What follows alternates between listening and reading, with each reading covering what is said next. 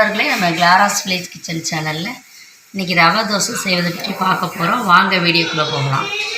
ரவை தோசை செய்ய தேவையான பொருட்கள்: தோசை மாவு கொஞ்சம் மாதிரி ஒரு கப்பு நிறைய எடுத்துருக்கோம். ரவை ஒரு 4 ஸ்பூன் ரவை எடுத்துக்கிறேன்.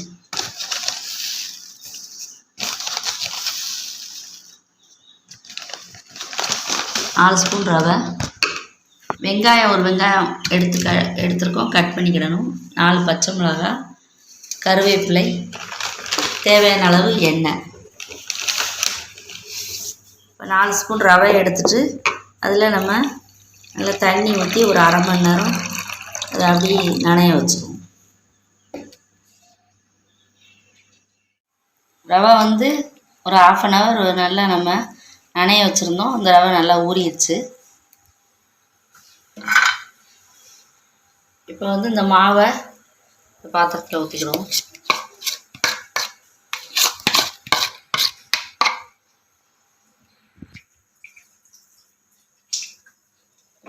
ரவையும் ஊறின ரவையும் அதோடு சேர்த்துலாம்.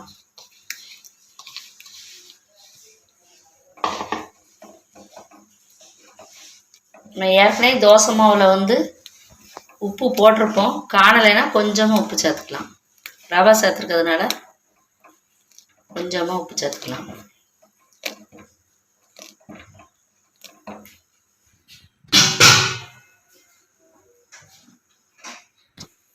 உப்பு ஒரு பிஞ்ச் அளவு தான் சேர்க்குறேன். கொஞ்சமாக தண்ணி ஊற்றிக்கிடுவோம். இப்போ நம்ம எடுத்து வச்சுருந்த வெங்காயத்தை பொடிசாக கட் பண்ணியாச்சு. அதையும் உள்ளே போட்டுருவோம். பச்சை மிளகாய், கருவேப்பிலையை இந்த மாதிரி பொடிசாக கட் பண்ணி சேர்த்துக்குவோம்.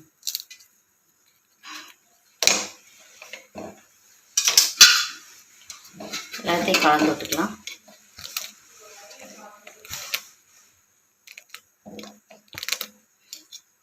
நம்ம மாவு நம்ம வீட்டில் கொஞ்சமாக புளிச்சிருச்சு, அந்த மாதிரி ஏதாவது பிரச்சனைனா இந்த மாதிரி ரவையை கலந்து சுட்டுட்டோம்னா ரவை தோசை நல்லாயிருக்கும்.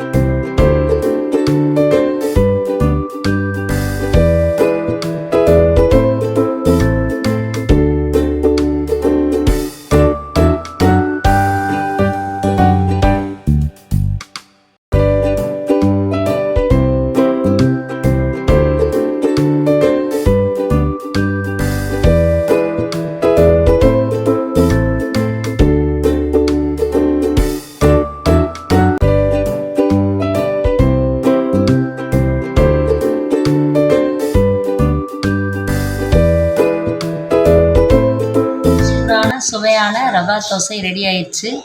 இது மாவு கொஞ்சம் நீங்கள் பிடிச்ச டைமில் இந்த மாதிரி செஞ்சு சாப்பிட்டீங்கன்னா ரொம்ப டேஸ்ட்டாக இருக்கும்.